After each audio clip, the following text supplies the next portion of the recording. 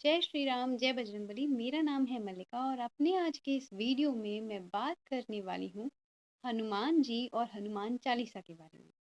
हनुमान जी मेरे आराध्य देव हैं, ठीक है। और मैं ये पर्सनली मानती हूँ और मैंने ये फील भी किया है कि अगर आप बहुत किसी चीज़ में स्टक हो गए हैं या आपको बहुत इंस्टेंट मदद चाहिए किसी सिचुएशन में, तो आप दिल से उन्हें बुला कर देखिए एंड वो तुरंत आते हैं आपकी मदद करने, ठीक है। वो सिचुएशंस को आपके फेवर में कर देते हैं। आई डोंट नो आप कितना इन चीज़ों को बिलीव करेंगे या कितना आपको मेरी बात पे यकीन होगा या नहीं होगा, बट ये मेरा अपना एक्सपीरियंस है, ठीक है।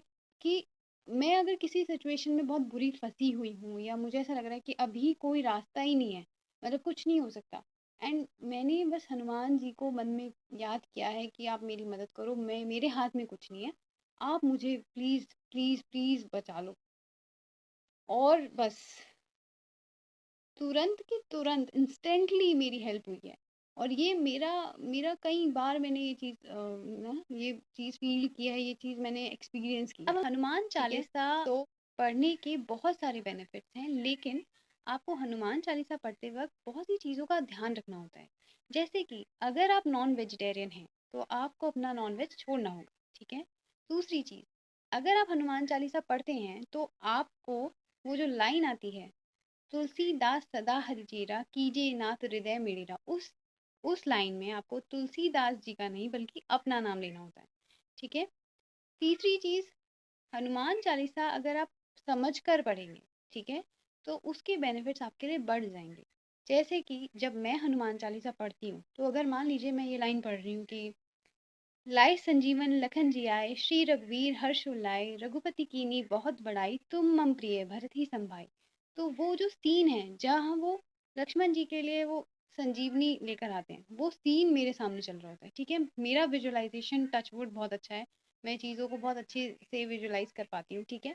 तो अगर आप विजुअलाइजेशन नहीं कर पा रहे तो सिंपली आप उसे समझ के पढ़ें, ठीक है। आप ऐसे पढ़ें कि हाँ, आपको जो आप पढ़ रहे हैं आप उसका मतलब जानते हैं, ठीक है।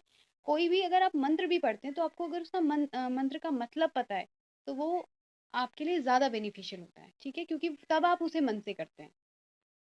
तो अब बात करते हैं हनुमान चालीसा के बेनिफिट्स के बारे में।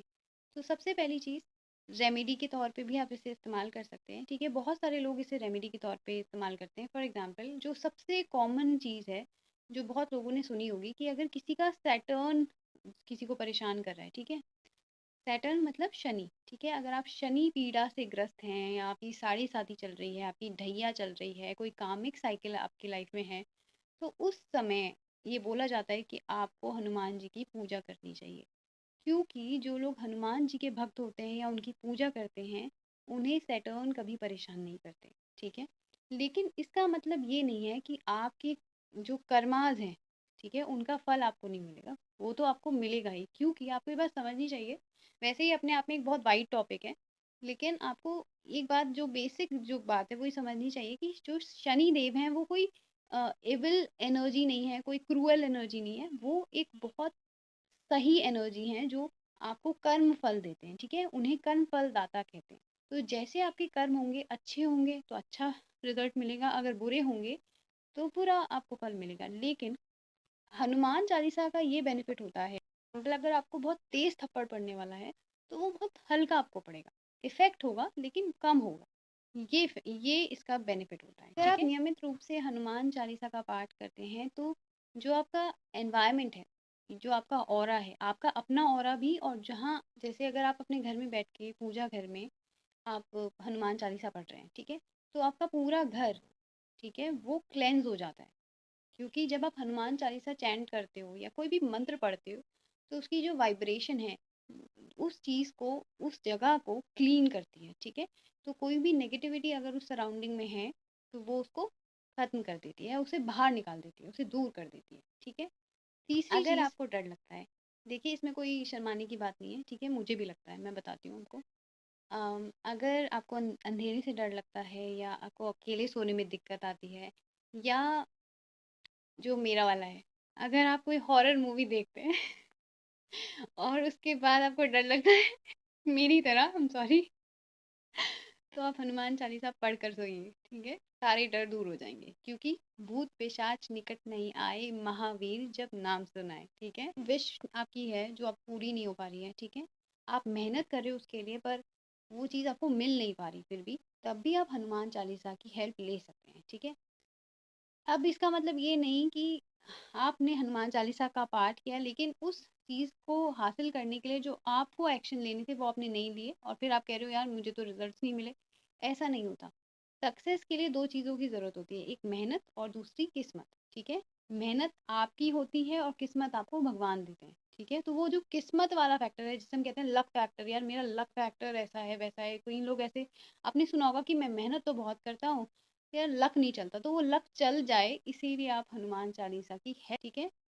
अगर आप उनमें से हैं जो मतलब ये सोचते हैं कि मुझे नज़र बहुत लगती है, ठीक है? एविल आई, तो उससे बचने के लिए भी आप हनुमान चालीसा का पाठ कर सकते हैं, ठीक है? लड़कियों का ये सवाल हो सकता है कि क्या हम भी हनुमान चालीसा पढ़ सकते हैं? तो जी बिल्कुल आप हनुमान चालीसा पढ़ सकते हैं, कोई इशू नहीं है, ठीक है?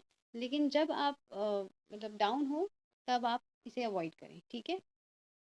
तो आई होप कि आपको आज का वीडियो पसंद आया हो। कैसा लगा बताइएगा ज़रूर। इसे लाइक करें, शेयर करें और मेरे चैनल को सब्सक्राइब करें। मिलती हूँ आपसे अपनी अगली वीडियो में। तब तक के लिए जय श्री राम, जय बजरंगबली।